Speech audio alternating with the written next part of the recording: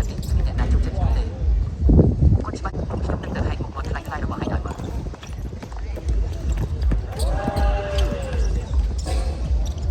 ្វើជាពិសេសរបស់ឯងនៅទីនេះជាតារាល្បីខ្លះទី3ដែលច្រើននៅជប៉ុនតែនិយាយពីអក្សរសិល្បៈហើយដើម្បីបានជាអ្នកស្អប់ខ្ញុំរៀនមិនការចរិតមិនល្អប្រកបដោយការតែខ្ញុំតែខ្ញុំអាក្រក់បែបនេះតែគ្មានសុទ្ធតែស្អប់ព្រមខ្ញុំមើលខ្ញុំគិតថាខ្ញុំជាមនុស្សតែប្រយោជន៍អូយគ្មានអ្នកណាគេមើលពីឯងទេតែឯងតែមើលពីខ្លួនឯង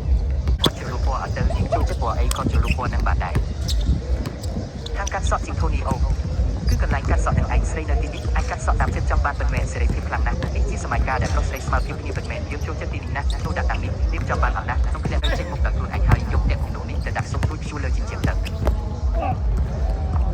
ហើយឲ្យនេះប្រញាប់រៀបចំមនុស្សឲ្យយកគំនូនេះទៅដាក់សុំទៅប្រយ័ត្នប្រយែងផងណារោគអ្នកបម្រើដែលជើងរហ័សរហួនហើយក៏ប្រយ័ត្នផងកុំឲ្យគំនូឲ្យសក់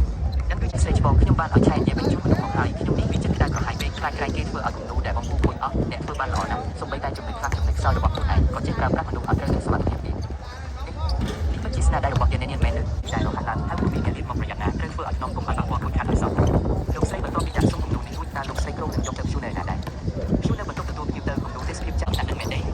សូម្បីតែមិនពិតប្រាកដម្នាក់ក៏មិនអាចមានដែរឈួតមែន